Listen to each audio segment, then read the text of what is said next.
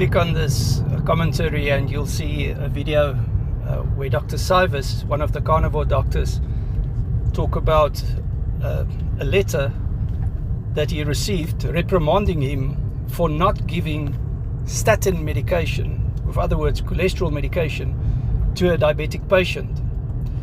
And he goes into detail there how the powers that be, the medical powers that be, reprimand him and don't mention all the facts.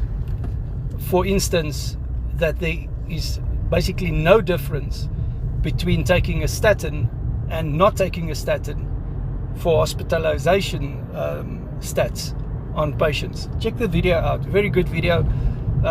Dr. Cywes, we support you and thank you for the videos that you make. I've got one of your videos at least on my blog, and yeah, we've got your back and the evidence is overwhelming. I've had many interviews on my YouTube channel with people who improved their cholesterol with the carnivore diet, and who reversed their type 2 diabetes with the carnivore diet, and who cut their insulin use on type 1 diabetes with 65%. The videos is on my testimonial playlist on my YouTube channel. Follow Dr. Cywes, click this this photo profile, this commentary if you see this on TikTok. Else you can just search for Dr. Cywes, the carbaddictiondoc on YouTube or other platforms. I received this nasty notification from Medicare, because I do take Medicare patients, and it is from their chief adherence officer, and lovely titles: BSN, MHA, CPHQ. I'm sure those are beautiful degrees on a wall behind this person. And the letter tells me that I have, for this particular patient, practiced below the standard of care, and that I have resulted in a gap in my patient's care. Gap in care. So the title of this is Gap in Care. Pharmacy claims indicate your patient has diabetes and is not taking a statin. Pharmacy claims indicate your patient has diabetes, type 2 diabetes, and is not taking a statin medication.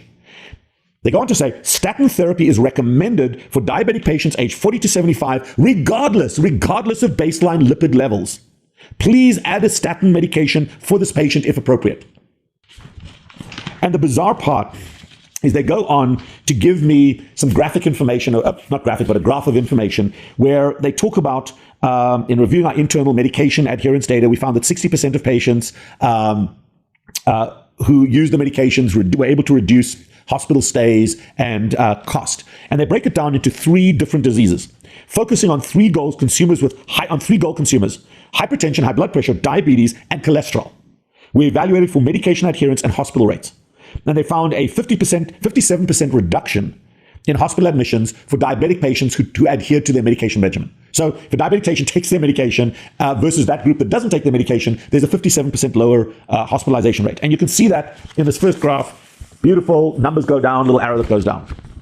The second one is hypertension, high blood pressure. And there is a 20% reduction in hospitalizations for patients who take their blood pressure medication regularly versus those that don't. Pretty obvious. I agree completely with that. And they show the little graphic, and certainly the numbers are there. Then they look at cholesterol medication, this third one. And you see the graph here, it's kind of faded out, but you see the graph there. And I went back and looked at the original. And what they've done here is they've drawn a little line from the top of the black box down to somewhere beneath the top of the gray box. The gray box is hospitalizations on people not taking statin therapy. The black box is how many people avoided hospitalizations by taking statin therapy. And they've included in this cohort, but they've given the statistics for hypertension, diabetes. They failed to give the same statistic for hospitalizations for people taking statins. Why? Because that difference is 0.9%. 0.9%. No difference. No difference. And yet they are sending me a letter of spankage telling me that I am not treating my patient correctly. I'm falling under the guidelines of care, despite the fact, because I'm treating a diabetic patient, despite the fact that they have never, ever, ever, ever gotten any of their diabetic patients into remission with medication. Type 2 diabetes does not go into remission purely with medication.